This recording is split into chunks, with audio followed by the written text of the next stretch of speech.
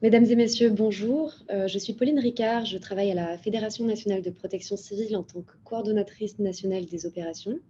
Pour ceux qui ne connaissent pas cette entité, donc c'est une association loi 1901 qui a été agréée par le ministère de l'Intérieur afin d'accomplir des missions de sécurité civile.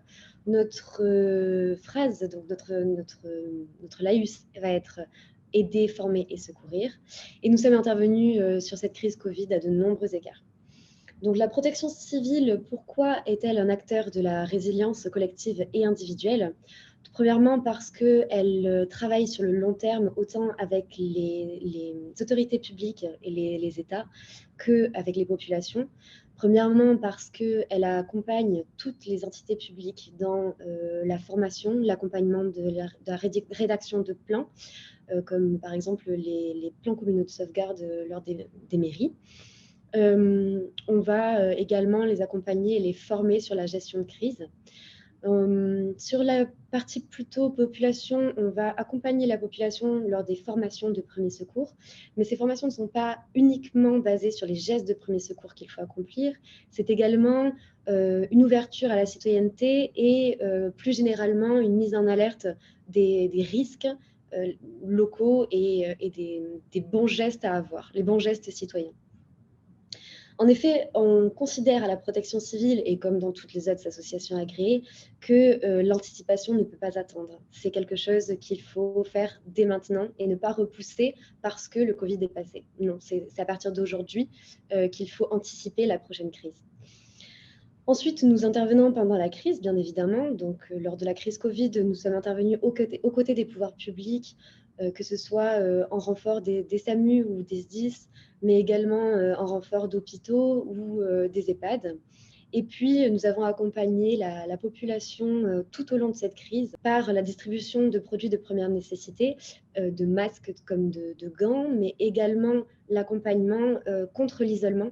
Nous avons créé des plateformes téléphoniques pour rompre cet isolement social qui était tout aussi néfaste en fait que cette épidémie, pour accompagner au jour le jour les citoyens et les citoyennes.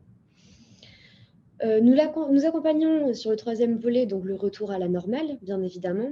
La protection civile est au quotidien au présent des populations lors de la reprise des activités culturelles et sportives, mais également nous avons adapté tout un tas de formations par rapport à la crise passée. Nous avons adapté, nous avons créé de nouveaux accompagnements, que ce soit par l'enseignement des gestes barrières dans les écoles ou lors du grand public, ou lors de l'accompagnement plus particulier, par exemple des aides-soignants.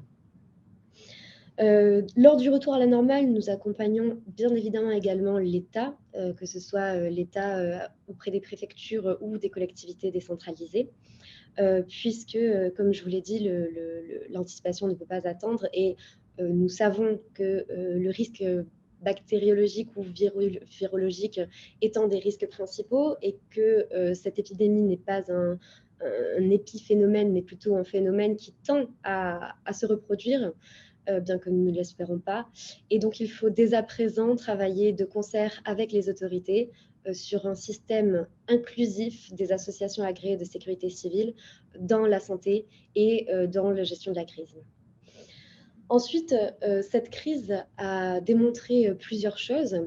Le rôle des associations agréées de sécurité civile et dont la protection civile était essentiellement, comme je vous le disais, former, aider et secourir. Donc former la population, aider lors de catastrophes naturelles ou lors d'actions sociales et solidaires, et puis secourir lors de dispositifs prévisionnels de secours sur les événements culturels et sportifs.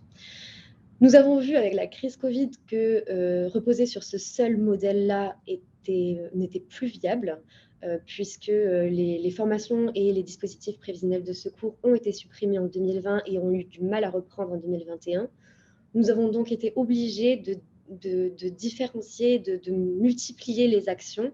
Comme je vous l'ai cité tout à l'heure, ça a été autant de l'action auprès des hôpitaux pour la prise de température, le renforcement du personnel administratif, mais ça a été plus loin. Ça a été également lors de transports de personnes, que ce soit en renfort des ambulances privées, des SAMU et des pompiers, mais également sur les opérations Chardon. Et ce sont des missions qui se continuent, qui se perpétuent aujourd'hui, puisque les autorités se sont rendues compte de notre compétence, de aussi tous les avantages qu'ils avaient à se reposer sur une association agréée de sécurité civile. Nous avons donc tiré la conclusion qu'il était nécessaire pour la protection civile de diversifier ses missions, et la partie secourir de notre mission ne repose plus seulement sur secourir la personne, mais ça va également engendrer le care. Le care, donc le soin médical, enfin, paramédical, médical, comme il pourra se développer. Il est très important en fait que la protection civile fasse de nouvelles missions par rapport à, par exemple, la télémédecine ou l'intervention plus diversifiée auprès du prompt secours, auprès des pouvoirs publics.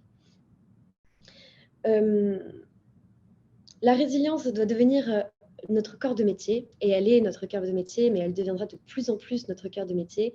La protection civile accompagne d'autant les autorités que les populations. La population doit être réellement prise en compte, puisque la sensibilisation de la population et la formation de la population est essentielle. Pour qu'un adulte accepte, il doit comprendre. Et je pense que la formation est un des biais importants pour faire comprendre à la population ce qui est important pour elle, notamment dans une pandémie, comme ça a pu être le cas avec les gestes barrières, par exemple. Enfin, pour conclure, je dirais que la protection civile, en plus des crises sanitaires que nous avons connues, doit continuer à intervenir sur les grandes catastrophes naturelles qui tendent à se reproduire de plus en plus vite et de plus en plus fort avec le réchauffement climatique.